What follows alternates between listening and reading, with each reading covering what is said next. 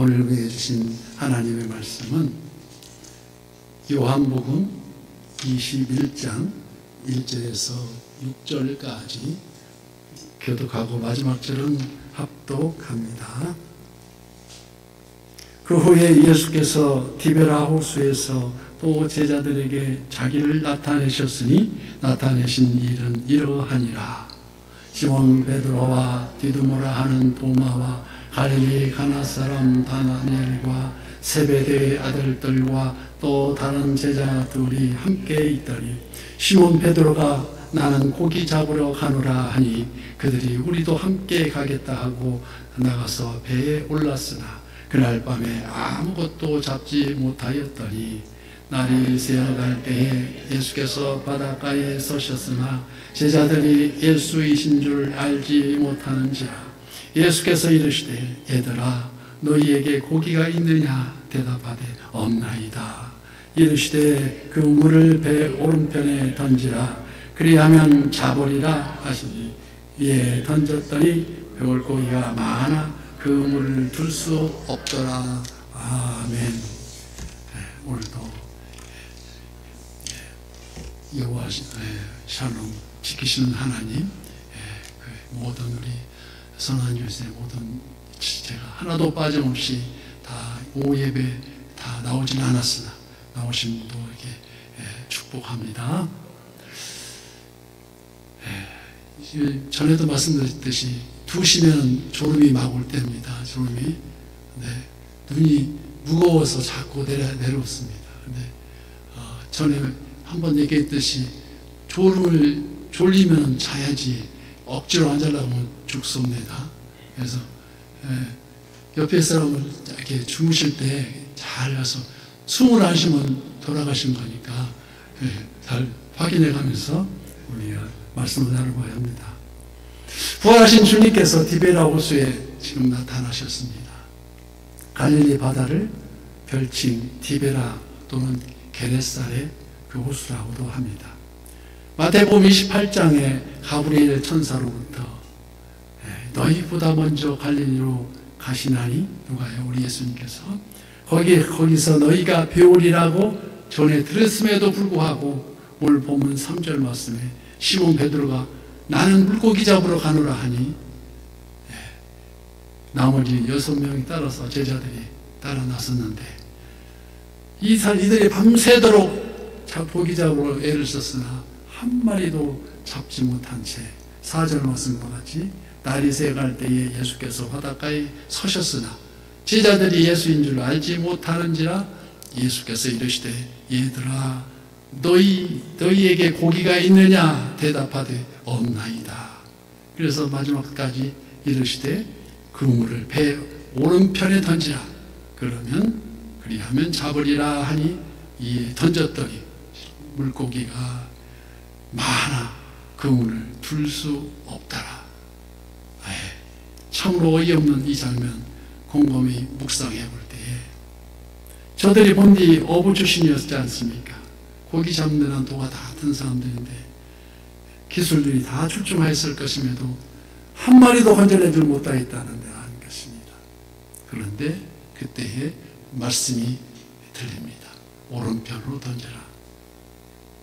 그 말씀 한마디에 가만히 있지 않고 그걸 순종했더니 물고기가 많아 그 물을 들 수 없더라. 오늘 이 이적이 주는 교훈은 무엇일까 하고 같이 생각해 보자고 합니다.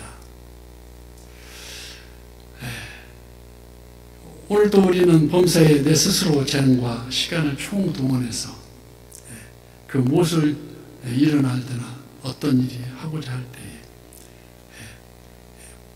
꼭 이루고자 할 것이나 여호와 하나님이 허락하지 아니하시면 모두 헛짓는 인생이요 헛수고에 불과하다는 것이 아니겠습니까? 그래서 잠언 16장 9절 말씀 사람이 마음으로 자기 길을 계획할지라도 그의 걸음을 인도하시는 이는 여호와시니라. 시편 127편에는 여호와께서 집을 세우시지 아니하시면 세우는 자의 수고가 헛되며 여호와께서 성을 지키지 아니하시면 파수꾼이 깨어있음이 되도다고 말씀하십니다.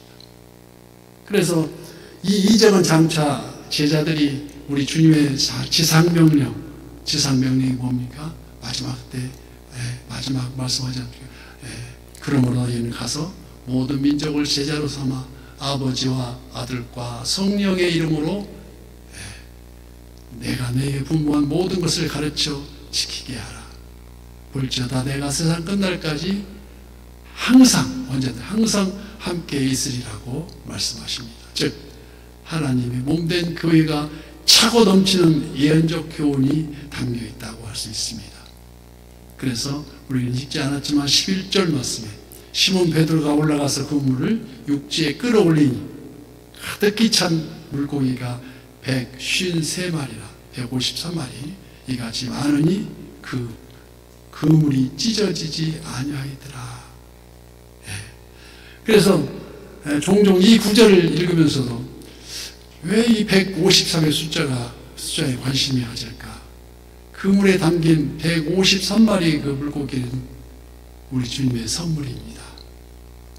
이처럼 우리 주님의 선물은 어떻게 된다고요? 차고 넘치셔서 흔들어서 넘치도록 풍부하게 주신다는 것입니다. 풍성합니다. 더 흥미로운 것은 그럼에도 불구하고 그 물이 찢어지지 않았다는 것입니다. 문제입니다. 오히려 주님은 어떻게 해요? 아침 조반을 차려 놓으시고 12절에 예수께서 이르시되 와서 조반을 먹으라 하시니 제자들이 우리 주님이신 줄 그때 아는 거로 당신이 누구냐고 감히 묻는 자가 없더라. 그런데 왜 여기 153일까? 이 부분에 여러 가지 학설이 분분합니다. 초대교회 성서학자 오리겐의 주장은 그 당시 물고기의 종류가 갈릴리에 있는 물고기 종류가 153종이라고 주장합니다. 이는 그 말은 온전함을 뜻하지 않겠느냐. 그 온전함을 뜻한 하나님의 은혜라는 주석으로 표현되는데 이걸 수학적으로 풀어서 이렇게 증명합니다. 이 153을 하나 뜻을 풀어서 트리플 큐브 남바라고 해서 1, 5, 3, 1의 세제곱, 5의 세제곱, 3의 세제곱. 그래서 트리플 큐브 남바인데 1을 계속 세 번 곱하였자 1이니까 1. 또 53이 5를 세 번 세제곱하면은 5, 25, 또 5를 보면 125. 3을 세제곱하면 남바가 3, 3은 9, 3, 9, 27. 그래서 1 더하기 125 더하기 27하면 153이 나옵니다. 그래서 이게 이 수는 그냥 수는 153이 아니고 1, 5, 3은 1 하루에 한 번 선한 일로 시작하여서 5, 5번 이상 감사 기도와 3, 3번 이상 기쁨으로 즐거워하며 주 안에서 항상 기뻐하라. 다시 말하니 기뻐하라. 내가 다시 말하니 기뻐하라는 것을 이 말씀을 대변해주고 있는 것이라고 뜻을 마칩니다. 한 예를 들어서 신비한 일이 저희 고향에 나타나 있었는데 1960년대 광신화학이라는 문구업체가 있었습니다. 1960년 4월 19일이 4.19 혁명이요. 1961년 5.16 혁명이 나던데 그때 막 경기 침체로서 굉장히 힘들 때였습니다. 그래서 광신화학이라는 그 업체가 마치 제가 태어난 바로 옆주에 군산시 구암동인데 제가 구암동 그 자체에 태어났다고 하는데 지금은 자리는 없어지고 다 다른 건물이 들어있었지만 그때만 해도 어릴 적에 학교 대학 미술대회에서 즐겼었던 왕자표 크레파스가 이 광신화학에서 났고 그 다음에 모나미 잉크 그 창업주인 송삼석 씨는 지금 살아계신지 잘 모르겠는데 군산시 구암동 대생 아주 충실한 감리교 신자로 알려져 있었는데 특히 새벽 기도에 빠지지 않고 나와서 기도하는데 부도위기에서 그 방신하게 문급체가 부도위기에서 열심히 기도합니다. 간절히 주여 구하옵소서, 절대절명의 부도에서 건져주시옵소서. 새벽에 그 설교 중에 그 기도 중에 딱 이 부분, 오늘 본문에 153마리의 그 은혜의 감명이 실려서 기도하다가 그날 새벽에 기존에 생산되고 있었던 그 볼펜 표면에, 똑같은 볼펜인데 그 표면에 지금도 153에 써 있습니다. 모나미 볼펜은 다 153에 다 써 있어요. 153을 표기해서 출시를 다시 보냈습니다. 근데 이게 웬일입니까? 날개 젖힌 듯 팔려나가는데 수출 물량을 포함해서 모나미 153 볼펜이 100억이 넘어가지고 150억 가까이 됐다는 그 통계가 나와 있는데, 그래서 오늘날 세계에서 손꼽히는 모나미 그룹으로 지금 굉장히 세계에서 땅덩거리고 있는 업체입니다. 지금도 군산에 있습니다. 군산은. 그래서 이 얘기는 부활하신 우리 주님이 나타나셔서 명령하시고, 어떻게 명령합니까?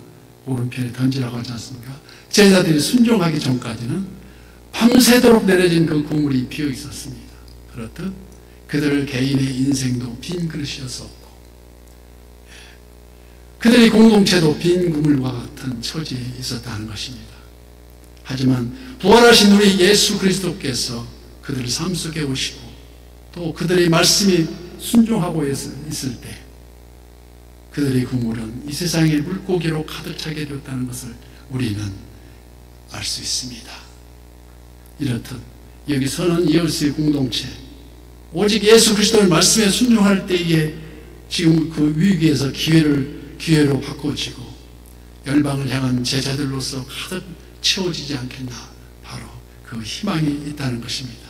그런데 문제는 지금 우리가 매일매일 가득 채우는 우리 주님의 음성에 온통 귀를 기울이고 있느냐 하는 것입니다. 우리의 영안이 자꾸 세상 것에 가려워져서 우리 곁에 계신 부활의 주님을 그저 그러리라 하는 인지 지식만으로 가지고, 지식은 알고 있을 뿐 자기 실제 행동이 어디로 갔는지, 실제는 알면서도 못 본 척하고 있지는 않는지 우리가 되돌아보아야 한다는 것입니다. 이러한 우리들을 주님을 책망하지 않으시고 지금 오히려 물고기를 잡을 수 있도록 도와주시면서 와서 조반을 먹으라 하시며 떡과 고기를 손수 구워서 상을 차려주십니다. 마치 제 어렸을 적에 철없던 어린 시절 괜한 반찬 투정으로 엄마한테 짜증을 낼 때가 한두 번이 아닙니다.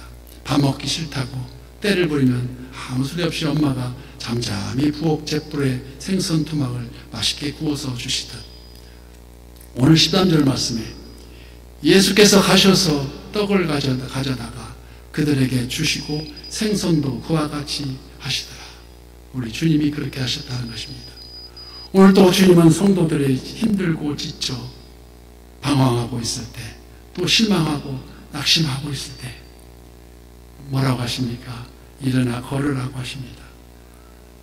내가 너를 위하여 갈보리 십자가 언덕을 걸어서 여기 오지 않았느냐고. 지금 이 시간도 성령 하나님 셈을 주십니다. 이처럼 베드로도 그 이후에 불의 해같이 많은 성령 충만으로 다시 그물을 다시 던졌습니다. 이제는 물고기를 낚는 그물이 아니라 사람을 낚는 어부가 되어서 한 번의 설교에 3,000명 이상이 놀라운 구원을 받았다고, 3,000명 이상이 회개를 하고 주님께 돌아오는 놀라운 구원의 역사를 체험하게 되었다는 것입니다. 그래도 그 복음의 그물은 찢어지지 않았으며 오늘도 죽어가는 수많은 영혼들이 우리들의 본향 천국 소망으로 이어져 가고 있다는 것입니다. 이러시되 우리 주님 말씀, 그물을 배 오른편에 던지라. 이 말씀으로, 이 말씀이 육신이 되어 우리 가운데 거하심에 우리가 그의 영광을 보니 아버지 독생자의 영광이요 은혜와 진리가 충만하더라.